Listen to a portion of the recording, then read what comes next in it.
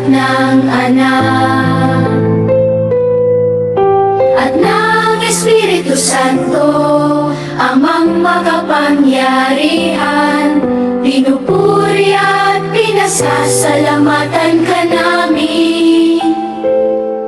Bantayan mo kami habang ginagampanan namin ang aming mga gawain at pag-aaral.